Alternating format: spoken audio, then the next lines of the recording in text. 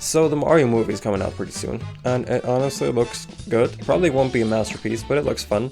A lot of people had doubts, especially with how it's made by Illumination and all, but I always felt like they were a pretty okay choice for a Mario movie.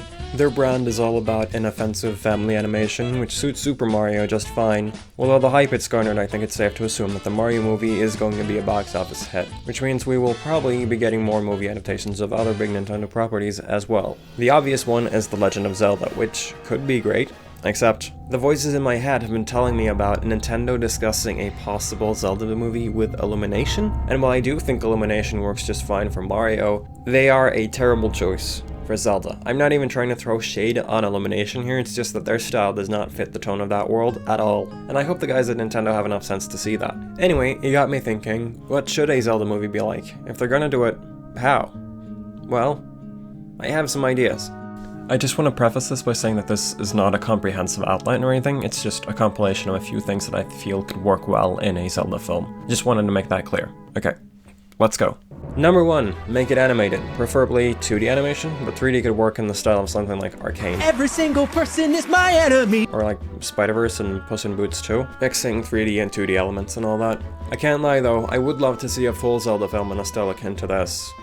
A lot of the charm in Zelda comes from all the beautiful vistas and exaggerated features of characters and monsters, and animation will be able to capture that in a way that live action just couldn't.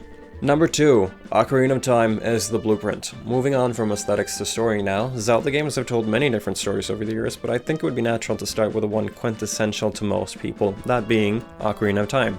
Only as a basis though. There's a lot of changes that I'd make. I think the Kokiri might be a bit out there for instance, especially since I think Link should be aged up closer to the age that he is in the more recent games. So I'd say Link's home village should be more similar to the one from Twilight Princess. They should still have the Deku Tree though.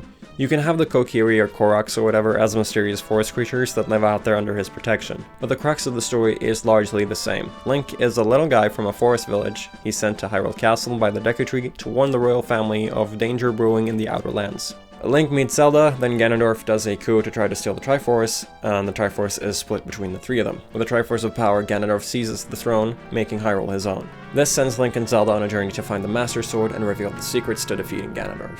That's the gist of it, anyway. Number 3. Link and Zelda should hang out more. Let's go a little more in-depth on some aspects of the story. The games are known for their companion characters, and I think it'd be great to explore some of those in potential sequels. But for the first outing, I think Zelda should be the companion character, kinda like the flashbacks in Breath of the Wild. It's called The Legend of Zelda after all, and I think it's only fair that she's an actual character with a prominent role in the story. They should also be friends and not fall in love, because I think that would be less interesting than just them being buddies. I'd rather have a Rogue One type hug at the end than a kiss, you know? Save the day again, princess. Kiss me. No!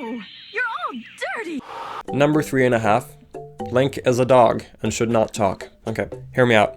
I mentioned the Breath of the Wild flashbacks, and I think the characterizations used in those games would work really well for a film. And Link's personality in that game, he's basically a dog.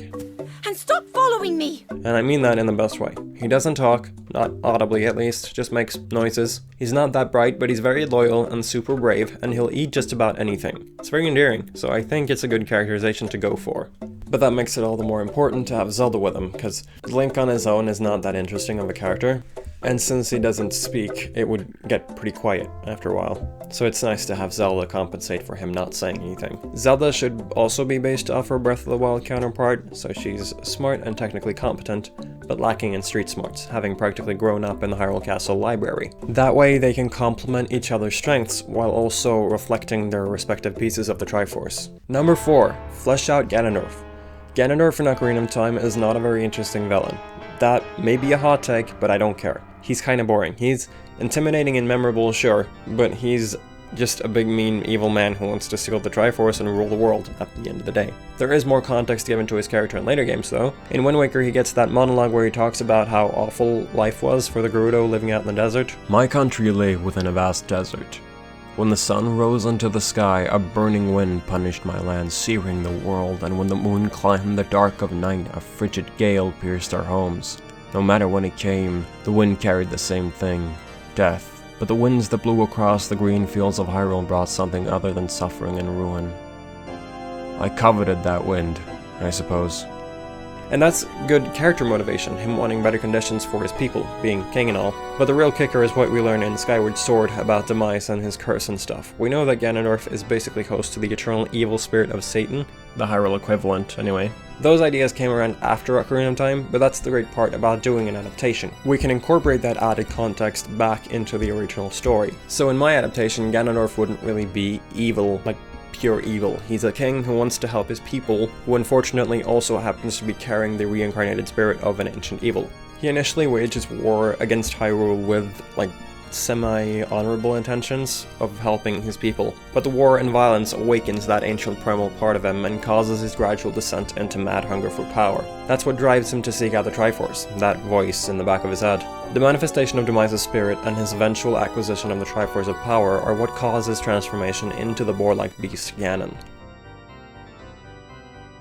Up until that though, I think he should be hot. Side note, don't be afraid to make it dark. Zelda is mostly lighthearted and fun, but it's also great when you get to explore torture dungeons for prisoners of war twice, and meet people who have been punished for being greedy by being turned into horrifying spider monster people. It's that dark streak that gives Zelda its fairy tale-esque vibe, so don't miss out on that. Number 5, end it once and for all. I think there's another interesting thing that you could do with the reincarnation curse thing, and that's in giving the story a little twist. Say that at some point in the second act, Link and Zelda find the Master Sword in the Temple of Time, but in that temple there's ancient glyphs and art depicting a battle, one that repeats again and again. A battle between a boy, a girl, and a beastly evil. Zelda realizes that they've already fought this battle countless times before. In the games, the curse is an excuse for why the games keep happening, while also trying to tie them together in a single continuity. Well, 3 technically. But it's honestly kind of messed up on an existential level, with their, like, completely cyclical existence. So I think it'd be fun to explore that concept a little more.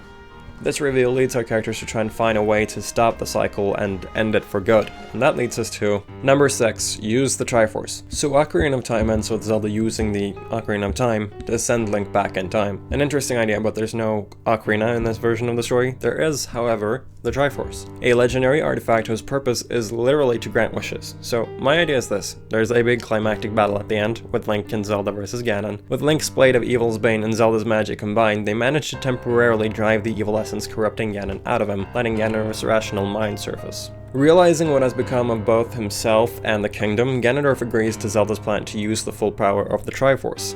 Link, Zelda, and Ganondorf combine their pieces and make a wish together, using the Triforce to reset the timeline and banish the evil to the Shadow Realm, or whatever. That way Ganondorf can be put aside for a while, giving room to adapt other Zelda stories and other threats. Ganondorf can return and maybe even be a good guy for a while, or at least like an anti-hero. It's not something that we've seen all too much in the games, and I think it could be fun. Honestly though, this story could probably be a miniseries or a film trilogy or something. That way you'd have time to explore and set up different tribes of Hyrule and stuff, like the Gorons and Zora and Chica, you know, and then have them all play a part in the final battle. So yeah, those were my ideas. I don't think... Oh, no, wait, there's one more. Number 7, keep the music. For the love of God, use the music from the games. There's a good precedent set by The Last of Us, and seemingly the Mario movie now, but still, don't pull a Sonic. I know there's issues with copyright and stuff that led them not to use the original music in those films, but still. The music in the Zelda games is iconic, and kind of sacred, so not using it would be a sin. I think it's also worth noting that music is a part of the series' identity. Every 3D Zelda, except for Breath of the Wild, has had some kind of music playing mechanic. Music is literally magic in the world of Zelda. It's important.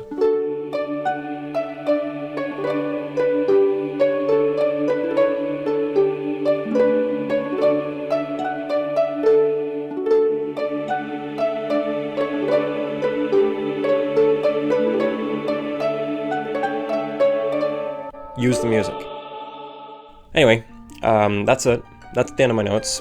I hope you found some of my ideas interesting. If you didn't, I'm sorry. But in any case, feel free to share your own ideas in the comments below. I'd love to hear them. Thank you for watching, and bye for now.